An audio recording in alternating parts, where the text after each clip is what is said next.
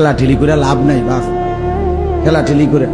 সুন্নি ওয়াহাবি, এটা সুন্নি এটাও গালি না, ওয়াহাবি এটাও গালি না, দুটোটাই দোয়া। সুন্নি মানে রাসূলুল্লাহ সাল্লাল্লাহু আলাইহি ওয়াসাল্লামকে অনুসরণকারী, ওয়াহাবি মানে যে আল্লাহ তাআলাকে মহব্বতকারী। ওয়াহাবি মানে আল্লাহওয়ালা, সুন্নি মানে নবীওয়ালা।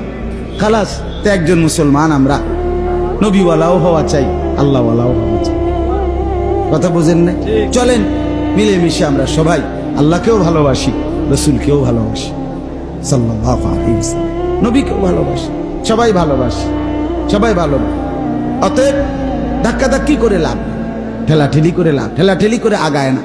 এজন্য আমরা নিজেরাই যদি নিজেরা ভাগ হই, বারবার ইনসাফের সাথে বোঝেন, প্রত্যেকেই ভাবেন রাসূলুল্লাহ সাল্লাল্লাহু আলাইহি ওয়াসাল্লামের ভালোবাসা নবীর সুন্নতের মধ্যে অনুসরণের। আমনের জায়গার থেকে মিসওয়াক করেন, দস্তরখান বিছান, দাড়ি রাখেন, বিবিকে নামাজি বানান, স্ত্রীকে পর্দানসীন বানান।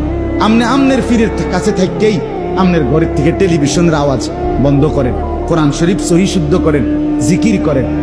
আমনের জায়গার থেকেই নবীজি সাল্লাল্লাহু আলাইহি সাল্লামের সুন্নাত মোতাবেক নিজের জীবন চালান, কোনো অসুবিধা নাই। ঠেলাঠেলির কি দরকার?